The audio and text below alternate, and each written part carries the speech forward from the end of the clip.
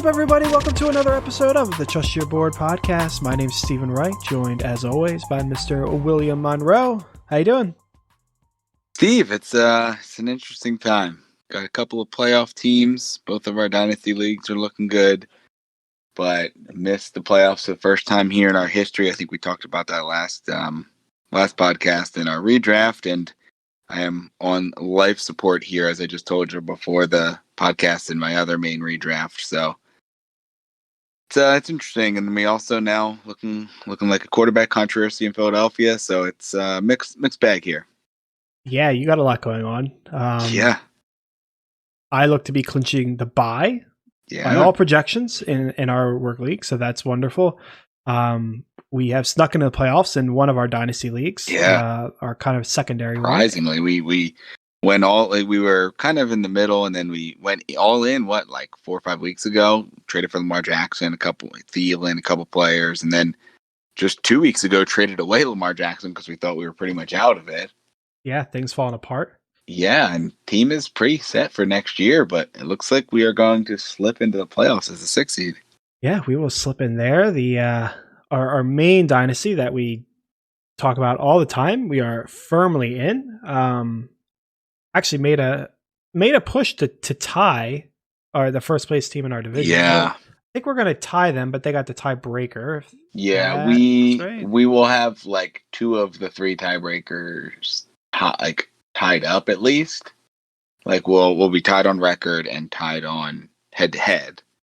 But the division record is the important one right now, and we won't have that. And then I think we'll be close on points, though. So, I mean, overall, he's, as you mentioned, maybe backpedaling a bit, and we are playing pretty well right now. 6-game winning streak for us, I think. Yeah. And, and putting up some points, too, at that. He's pretty much done. He's got Gibson, who is out for the rest of the game, and then Tony Pollard left, who I can't see scoring a ton. So, yeah, he's pretty much dead in the water there. Yeah, and I mean, looking at it, week 10, we scored 113. Then week 11, 170. Week 12, 162. And then this week, we're at 145. So, we're playing well right now. Got to hope it keeps going. Yeah, we're doing pretty good there. Still unsure on our opponent, I think, though. Yeah, we still got to figure that out. Doesn't matter. We're fine. So, with that said, you ready to jump into some waivers? Yeah, it's a big week going into playoff week. Some pretty crucial injuries that are still happening here, and some interesting players on the waiver wire here. So let's take a look. Indeed. We do have the Bucks and Panthers returning from a bye. This will round out the bye weeks for the year. So, hooray. Finally. I know, finally. We're out of the way there. Little brief section where we thought we were out of the bye weeks, but just Thanksgiving. We went right back in last week or this week. Indeed. So that's all out of the way. Everyone needs a running back, so we will go ahead and start with the running back positions. Adrian Peterson with another good week. Only 48% owned. Got Green Bay this week. It's a solid pickup there, right? Yeah, stars are aligning a lot for him, and it's all going to come down to Swift plays or not. Because, I mean, we know that Detroit can throw the ball around the field. We saw it this week. They can probably keep up with Green Bay. Now, it'll be tough because Green Bay's passing defense is pretty good. But, I mean, their rushing defense is really bad. The Eagles are just a pretty bad team right now, so that's kind of why they weren't able to get it done. But I imagine if Detroit commits to the run, which it seems like they've been pretty hell-bent on doing, especially around the goal line with Peterson. If Swift doesn't play, Peterson could be an RB1 this week and like a surefire, you got to fire him up. Yeah, Bevel's a guy that likes to run the ball. Mm-hmm. I think a lot of people were surprised when he went to Detroit and Stafford just kept airing it out, but at the end of the day, he's a pound the rock kind of guy, and that's why you're seeing good things out of Peterson. And yeah, I agree. You should continue to expect it as long as Swift is going to be out. I don't know. I felt like one day I was hearing a lot of bad things about Swift, like AP coming in saying he's not the same, something's wrong with him. Mm-hmm.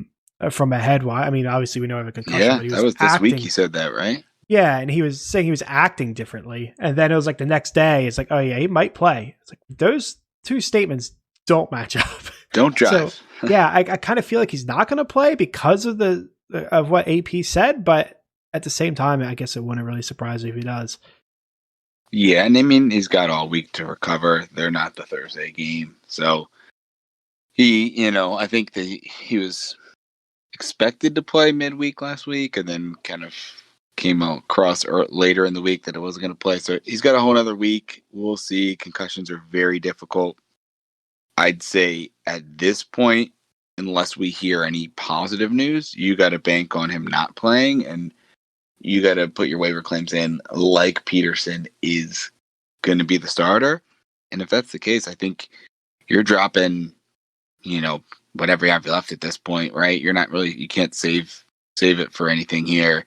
This is a great matchup. Week 1 of the playoffs, unless you're a team with a bye, if you need to win this week here, week 1 of the playoffs, I think you can pretty much drop almost all of your fab. Maybe you keep a couple bucks just to add a defense in the next couple weeks, but you're not guaranteed next week. You need to win now. Yeah, absolutely. This is the time where you start burning your fab. I would say the only other person on our list that I would rather burn all my fab on is the next place here, Mr. Cam Akers.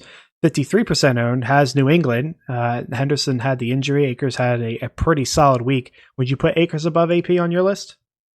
I don't know, because the matchup's interesting and just the amount of competition he has. I mean, Cam looked good, 21 carries, 72 yards, touchdown.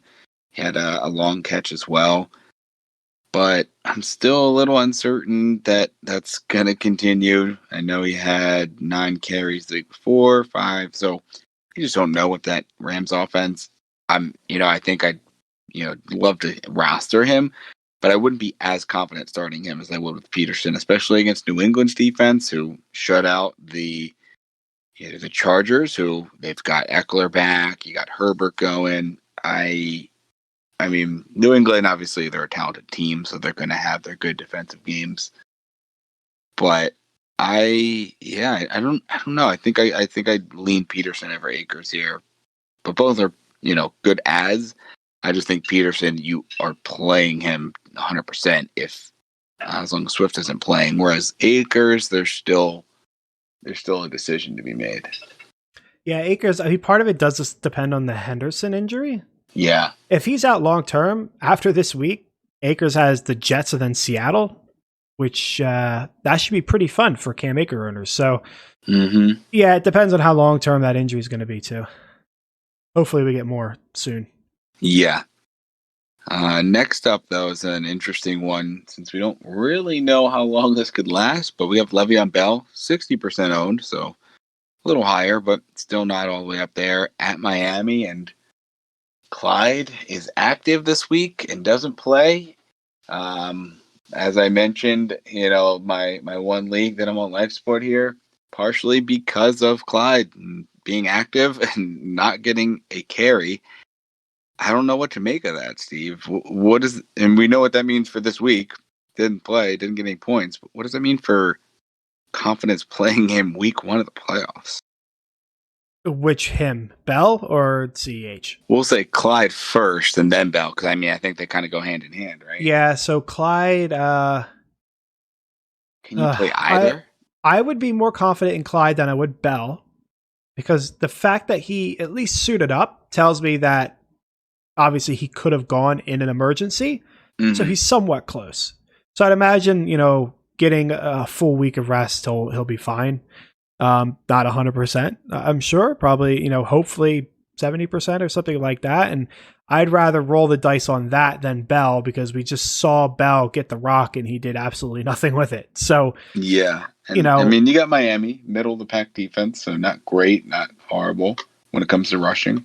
Yeah, so that's nice, but yeah, he's just not going to get as much work as he got. Like CH, unless he has a setback, will play next week to some degree. You're not going to be an emergency guy 2 weeks in a row. They just wouldn't have activated you if you weren't. If that was the case, yeah, you're further out than playing if that happens. So without a setback, he's playing. So like at worst, Bell's getting 60% and CH is getting 40. In which case, Bell's useless. Like, he did nothing when he got all the carries. He's not going to do anything when he's getting just a handful, unless he finds the end zone or something. Yeah. You know, you could say that about anybody, though. What do you think? Yeah, I mean, I'm not thrilled about playing either. Like, especially in my situation. I mean, in anybody who has Clyde's situation, if I can somehow sneak into the playoffs here, how can I? You know, I mean, you know, and it's emotional response. We try to take that out of fantasy, but you know, there's always those players that sting you a little bit because of what they did. It's tough to play a guy that, you know, just let you down. And maybe it's more, you know, Andy Reid. Maybe I need to make a, you know, Andy Reid victim support group that I can start up here, less a Clyde victim support group. But yeah, I mean, I think if you're playing one, it's Clyde, unless you hear otherwise. But yeah, I mean, it's tough. I think they really like Clyde and they really like the future there. But you know, they definitely brought in Bell for a reason. So I think you pick Bell up. I'm not spending a ton on him. I think you got to play Clyde. But I would not be as confident as I have been in the last few weeks. That is fair. Definitely more confident in one of the next guys we're going to go over. We're going to pair them together as we speak. The Washington game is ongoing. Gibson has gone down. He's doubtful to return. Just got ruled out for the game. Just got ruled out. Okay, there we go. So ruled out rest of the game. You have McKissick, who has shown just standalone value this year, and then Peyton Barber, who I think had a big week 1 or maybe week 1 and 2, but both of them for Washington. McKissick 48% owned, Barber only 1% owned. Both have San Francisco. I like McKissick more than I like Bell. That's for sure. I'm assuming you like McKissick more than Barber, and I'd be willing to bet more than Bell as well. Yes, especially, you know, giving the passing work and that most people are working on some type of PPR. However, Peyton Barber did just score a touchdown, so does have a little bit of recency bias there. But no, I mean, I think it's because, especially the matchup, you know, you got San Francisco out in San Francisco. I know both defenses are, you know, playing fairly well. And if I'm going to believe in one of the offenses to be able to scheme up some points, it's going to be Kyle Shanahan and San Francisco. So you imagine game script probably is working in McKissick's side, not Barber's side, but even so, even neutral scheme script, I imagine McKissick is going to get more touches or looks overall. So I'd probably put him right there with Akers, maybe ahead of Akers if we, you know, definitively know that Gibson's going to be out this week and even going forward. Just knowing how much they used him with Gibson, I imagine Barber will come in for, you know, touchdown work, but McKissick will be, you know, an absolute, you know, PPR passing down savant. And, you know, maybe he doesn't get in the end zone, but this dude can get 10 carries and, you know, 10 targets. He's someone you have to play in any type of PPR format. And I think he's right there behind Peterson for the waiver claims. That's what I was going to ask. Are you dropping all your fab on him? I actually did today before the game. I don't know if you saw. I picked up. He was dropped in our work league, and I know we mentioned I'm out of the work league playoffs, but we do a consolation bracket for picking next year. And I've been, you know, just with Barkley being my first pick at the number 2, I've been, you know, playing from behind at running back anyway. So I saw he was cut, and I wanted to pick him up, and he was on waivers until today. So I did a little bit of a suave move here, Steve. I don't know if you noticed. I picked up Mr. Gabe Davis, who's also playing tonight since he was a free agent for a player, to make sure that the player that I would be cutting for Gibson hadn't played yet, because I wasn't sure if our league had locks on bench guys. So I picked up Gabe Davis, you know, on Saturday for a player, so that I could drop then Gabe Davis if I was able to get Mr. McKissick. And yeah, I dropped all my remaining 10 fab on him.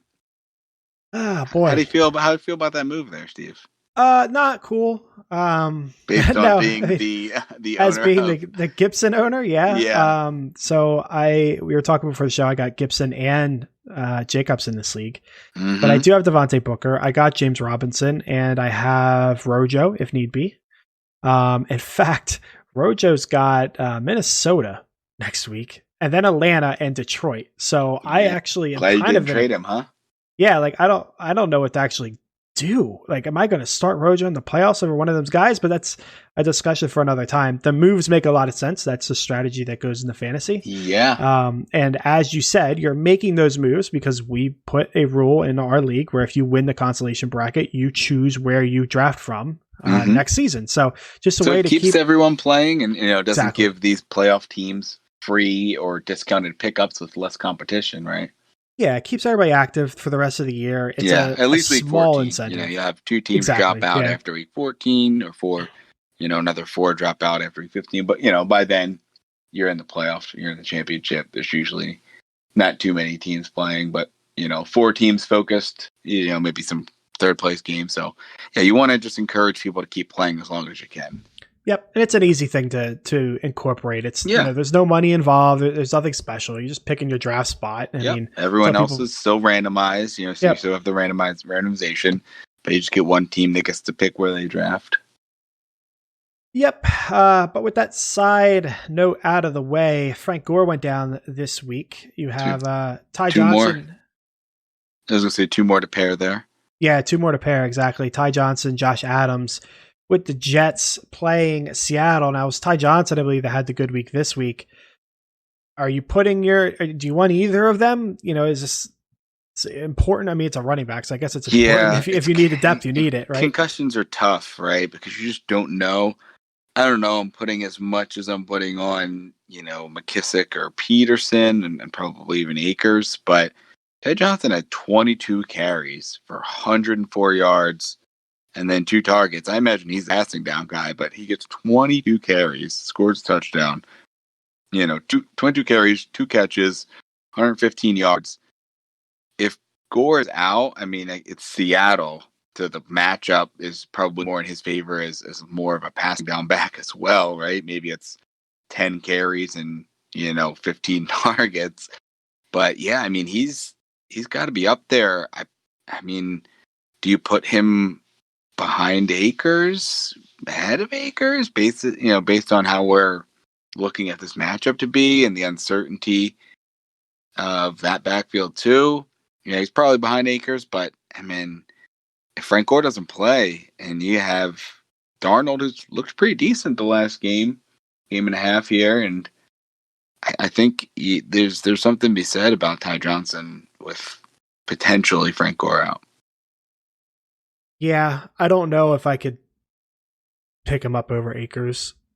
Even if Henderson's okay, I would imagine he's limited to some degree, and Akers is getting half the carries, and I think I'd rather have those half of carries, but it is New England, so yeah, it's tough. It's one of those biases of like, yeah, he's a Jet, so naturally I just don't want him, Yeah.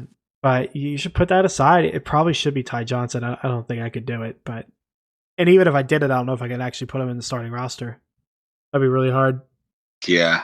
I mean, it would be a situation where, like yourself, you're really banged up and you pick him up and say, hopefully I don't have to play him. But, if Jacobs is out and Gibson's out and I need somebody to throw in a flex, there's worse guys to have. Yeah, for sure. But that wraps up our running backs. We'll move over to wide receivers next here, Steve.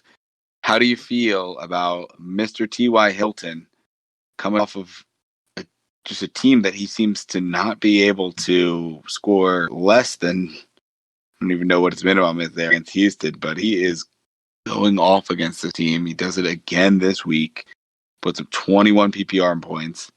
Our doc's a little wrong there. He's got Vegas this week, but Houston again the week after. Is he a guy that you want to pick up for these next 2 weeks? Yeah, I think so. We say stay in the flames, and this would be staying in the flames. I mean, now with he's that heating in mind, up now. This would be on fire if he hits. This would be on fire, and I have been burned on fire a lot. Where somebody has 2 good games, you plug him in your roster, and done. Mm-hmm. And then you're like, okay, and then you start him again, and he's done again. And say, okay, I just got burned twice in a row now. Yeah, and you play that game the rest of the season. So that happens a lot, but that happens with your Auden Tates. Not really targets though, man. Whew. Yeah, right. Like T.Y. Hilton, I trust more. Vegas, great matchup. Houston, great matchup. Now the problem is Pittsburgh. You could have 2 more good weeks, and then you got Pittsburgh in a championship game, and you're either going to start this guy who's been on fire for you, or bench this guy who's been on fire for you, or start him and risk getting burned. So that's not a decision I want to make, but you have to make it there to make the decision in the first place. So yeah, I think he's somebody that I would drop again if I need a wide receiver. Probably all my fab on him, given those matchups and given the past 2 weeks. Yeah, I mean you're looking at that championship game, week 16, right? And yeah, to a degree you have to take that into effect, but ultimately you want to get there. And if week 14 and 15 against Vegas and Houston can get you there, you make that decision when you get there and you drop the fab that you need to on him. So if you're good at running back and you've got fab left, I'm okay dropping some fab on him. There's a couple other guys on here that may be interesting, but he's probably the one that you'll have to spend up on based on what he's done this week.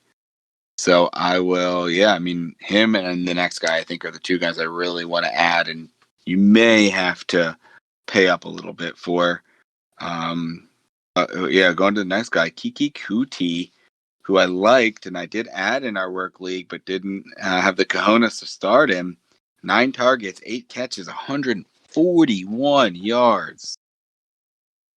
Yeah, he was the forgotten guy in Houston. It was always, Brandon Cook's there, Fuller's there, Cobb's there now, and no one ever remembered Kuti. Yeah, and he's the more possession guy. So you have all these, guys that are more deep threats. You'd imagine that he had a spot on the roster even when they were healthy, but no, not until everyone goes down.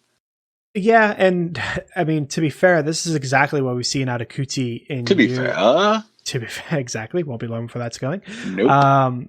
Kuti, when we saw him, I forget when he had his, I don't even know if I want to call it a breakout because it was short-lived, but when he came on the map, I think it was like 2 years ago, it was because Fuller went down, and it was like, okay, they have to throw to somebody else other than Hopkins, and he got volume that way. And the moment Fuller came back, he was done and irrelevant.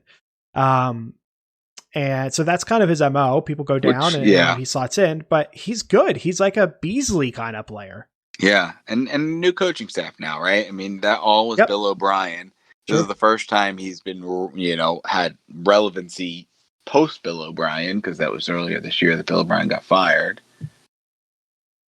Yeah, that's true. And, he's worked with Watson for a long time. He's been on the team for a while now, 3 or 4 years. So, they got that chemistry. So he's a solid ad. I mean, I don't know if I would expect that sort of upside week in and week out, but he's definitely going to give you a good floor. Yeah, the matchups are the opposite, though. We're talking about T.Y. He's in Chicago this week and then in Indy next week. So 2 very difficult matchups. However, he did this, 8 for 9, 141 yards this week against Indy. So, I guess home versus away, but still, you got to think he did it against a very good defense this week. And you got Watson. Watson's going to be winging the ball around, with the defense that Houston has right now. So, Indy and then Cincinnati in the championship week. These are the 2 guys I'm, going after. And you can look at your team and see, what do you need? Do you need, more of a floor? You're probably not getting 8 for 141 out of Kuti. You're probably getting 5 or 6 for 70 yards as your baseline. Hope you get in the end zone, or hope that somehow Chicago goes up big, or your opponent goes up big against Houston, and they can have to wing the ball around more, and then maybe he gets more targets. But with Kuti, your hope, if you need a more floor guy, he's your guy. If you want more of an upside guy, that's your Hilton. So those are the 2 main guys here. I'll run through a couple of the other guys here. We have that kind of came back somewhat recently. We have Sammy Watkins, 57% owned at Miami. Sterling Shepard, 51% owned versus Arizona. How do you feel about either of those guys? A lot of weapons in each offense, but guys that seem to be getting some more targets recently. Pretty hard pass. Yeah. I mean, if you're in a pickle and you need somebody to fill in at the wide receiver slot, I'll take my shot on Sammy Watkins. We know his blow-up potential. Yep. So, I'll take the guy on the Pat Mahomes offense than the guy on the Daniel Jones, Colt McCoy offense. Yeah. I like Colt McCoy. I mean, that's nothing against Colt McCoy. Yeah. I've always rooted for him, but, he's not Pat Mahomes. I'll give you, though, I mean, the one thing about Shepard, he gets the target. Since he's been back, does. 8 targets, 10 targets, 8 targets, 6 targets, 8 targets, 6 targets. So he's going to get the targets. He's your baseline guy. Sammy's your upside guy. This is the discount version of what I just went over with Hilton and Kuti. You got your baseline, you got your upside. Those guys you probably plug in. You probably don't got to spend much on them.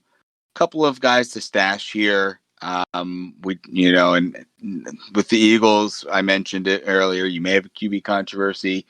Probably don't want to play anybody on that team. You probably have to play Sanders. You may be banking on Goddard, but I would probably back away with Ertz back if you can. Rager's a guy that 23% owned. He was cut a lot.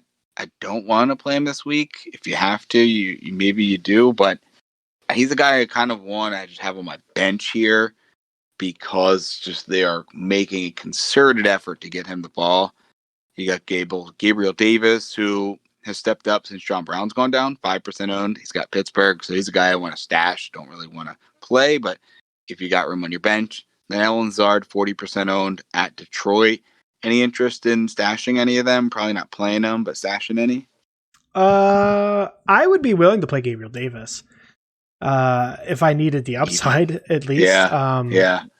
He's got, you look at his past 3 weeks, he had in our half-point league, 15 points, 0 points, 15 points. So that's not bad. If you need that upside, you're you squeak into the playoffs as a 6 seed, you don't have buys, and now you're playing the 1 seed or something like that. And it's like, okay, now I'm facing the best team in the league. I need upside shots. That's somebody I would take an upside shot on. Same with Rieger, I guess, but I would rather do Davis. So of the 3, it would be Davis for me. If I needed somebody with if I need a floor play, it would be Lazard. Me, I tend to go for the glory plays. So it would be Davis out of the 3 for me. Who would you go with? Yeah, I mean, if I'm stashing someone, I mean, it's so difficult just to say anybody on the Eagles, but I do really like what Rager can do, especially the way that we saw the return this week. I imagine they try to get him a little more involved in the return game. That being said, though, I think it's still probably Davis with Brown likely out for the year. He got a big upswing, right? It seemed like they broke John Brown's targets up, gave a few more of the possession targets to our boy Cole Beasley, and Gabe Davis got a couple more deep threats. So, if he can get, 3-4 bomb passes, all you got to do is come down with 1 or 2 and you have a heck of a game. So, yeah, Gabe Davis, I think, is a solid stash. And Lazard, you just don't know. There's too many passing weapons on that team, I think. Yeah, that is fair. We'll go to the tight end position. We'll just round off all 4 of them. They're not names that are going to surprise anyone. Logan Thomas, mentioned 1,000 times, 40% owned. Tyler Eifert, 6% owned. Burton, 49% owned. Dalton Schultz, 20% owned. Basically touchdown guys. They need a touchdown and they are relevant for the week. Looks like Thomas has San Francisco, Eifert, Tennessee, Burton, Las Vegas, and Schultz, Cincinnati. Which of the 4 interest you, Will? Yeah, I think it's tough. I mean, I think if you want some safety, Logan Thomas, man. I know we've talked about him every single week, but this dude just he gets targets. Never gonna say Gibson is not Gibson. Sorry, McLaurin is not the number 1 target on the team, right? He's gonna get the quality targets. But Logan Thomas, through this current game, he's got 8 catches on 8 targets for 83 yards here. We're in the end of the 3rd quarter. He's just such a safe player. I mean, I get that they're going to have their games where the team itself stinks. But in the last 4 games, 8.6, 1.8, 11.4, 12.3. He's a guy that, you got safety with. I think the other 3 are all upside shots, which is usually what you're looking for at tight end. I probably lean Burton, but Eifert's looked a lot better recently. So I think there's something you got to look to there. And, maybe it's the quarterback that's, been playing the last few weeks, but 3 for 4 for 16 yards. He's got, got in the end zone that, week 12, but week 13, 6 catches, 6 targets, 45 yards, decent baseline there. So, interesting options. I think I go Thomas out of all of these guys. What about you? Yeah, I would go with Thomas as well. Again, like you said, they all have upside, to have a good game here and there. but he's definitely more of your floor play. If I was going with upside for like a particular week, like this week, I need upside. It's probably not Logan Thomas because of San Francisco. The other three have.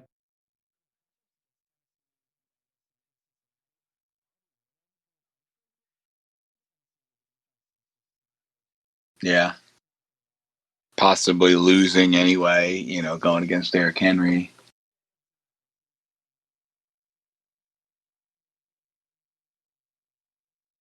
Mm-hmm. Yes. Until Mark Andrews gets back.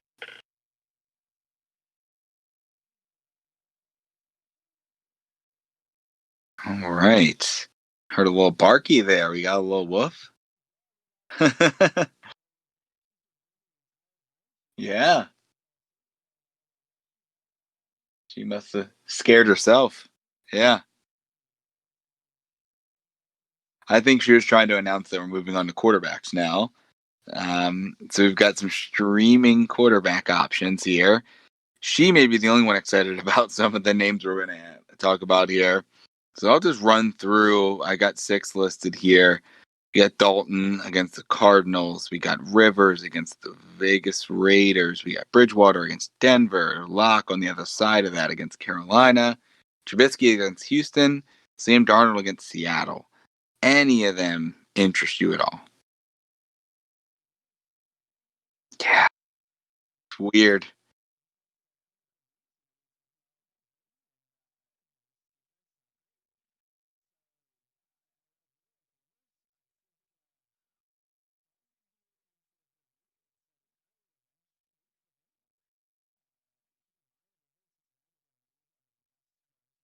Mm-hmm.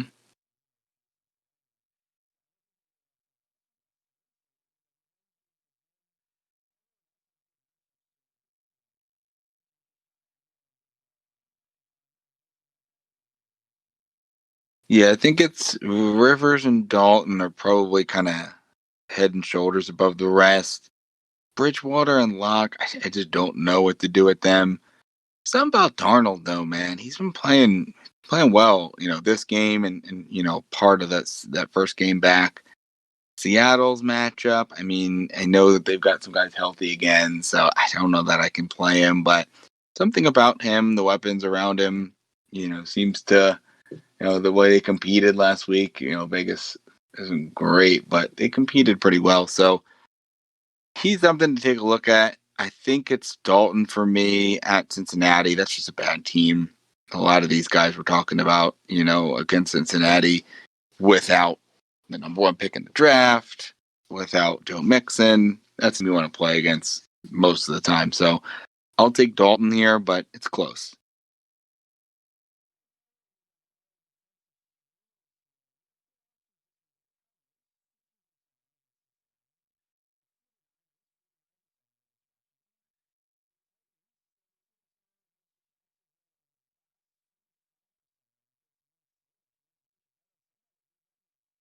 Yeah, it's tough. We got, I think, 2 quality or decent defenses against maybe decent offenses or decent options, and then 2 bad defenses against pretty bad offenses.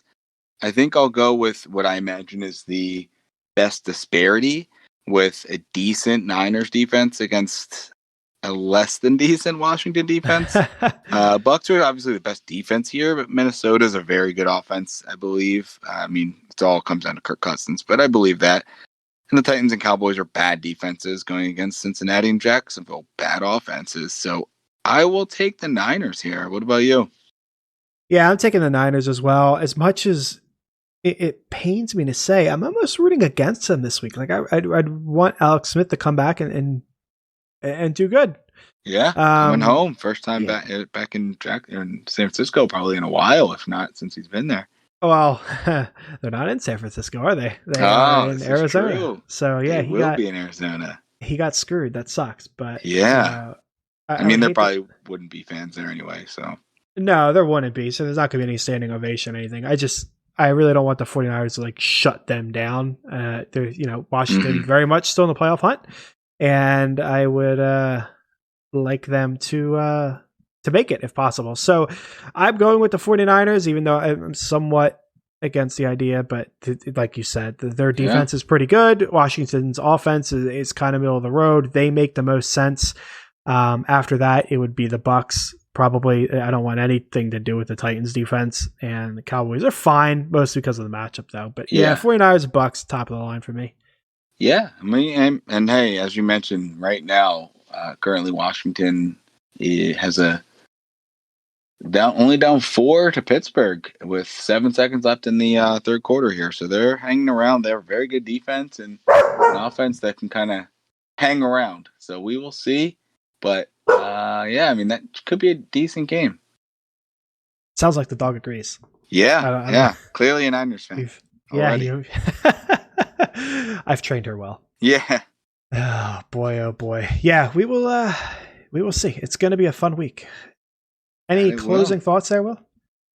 Good luck, everyone. Playoffs coming up. We'll talk to you guys in a couple days about matchups. But make sure you take a look at both this week, right? And if you have the ability to, you can stash something for future weeks. But don't try to get too cute with it. Make sure you get the guys you need to win this week. Because if you don't win this week, next week doesn't matter. Absolutely, you got to play to win each week at this point. Mm-hmm. Cool. Thanks for listening, everyone.